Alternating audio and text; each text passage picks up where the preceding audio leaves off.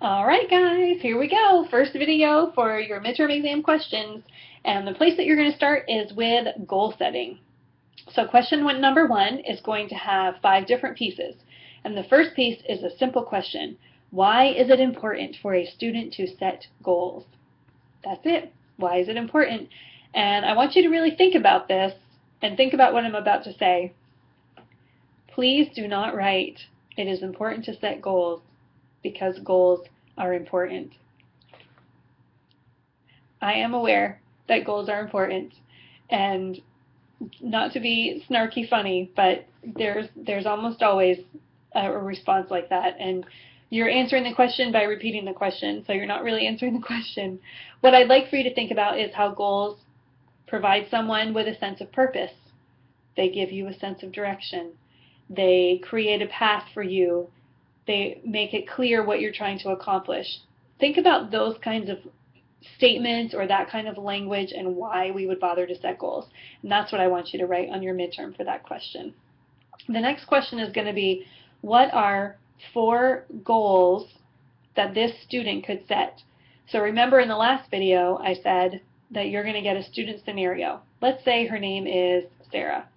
So you're going to read this story about Sarah, and it's going to say something like, Sarah is really struggling with math. She failed the last test. She hasn't been doing her homework. She barely made it to class the last couple weeks. Things like that. Sarah also is trying to work full-time and take 5 classes. You're going to get details like that about Sarah. And then what I want you to think about for the goals for Sarah is, what are some things that she needs to start doing now? So kind of looking at the details. What's her top priority? Is her top priority her math class? Or is her top priority that she is taking too many classes and trying to do too much by working full-time?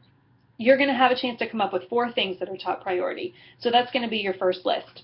These are the things that I think that Sarah needs to do better. Make sure that you write them in complete sentences and make sure that you're very clear with what they are. And try not to repeat, because I actually take points off the exam if it's not 4 different things. So if Sarah failed her last math test, hasn't been getting to class on time, is trying to work full-time and take 15 hours of classes, and maybe she doesn't take good notes and she hasn't bought her textbooks yet. Let's just say those things are in this scenario. Then some goals for Sarah are going to be, have a conversation with her boss and talk about how she can maybe do less hours at work, or if she can't do that for financial reasons or whatever, then have her drop a couple courses, because it's always better to be successful in 2 or 3 courses than to go crazy and end up with C's, D's, or heaven forbid F's and have to take courses over. So that would be one goal. Another goal would be, get to the Learning Commons and talk to a math tutor, STAT. So that's something you could tell Sarah to do. You could also talk to her about getting a system to organize her belongings.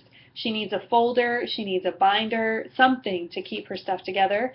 And finally, she might need to stop spending time, her spare time, hanging out with her buddies, and she might need to be a little bit more focused on school.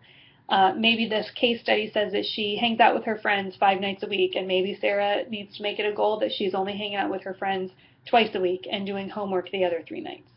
So think about it, and those are the kinds of things you're going to write. See you in video number 2.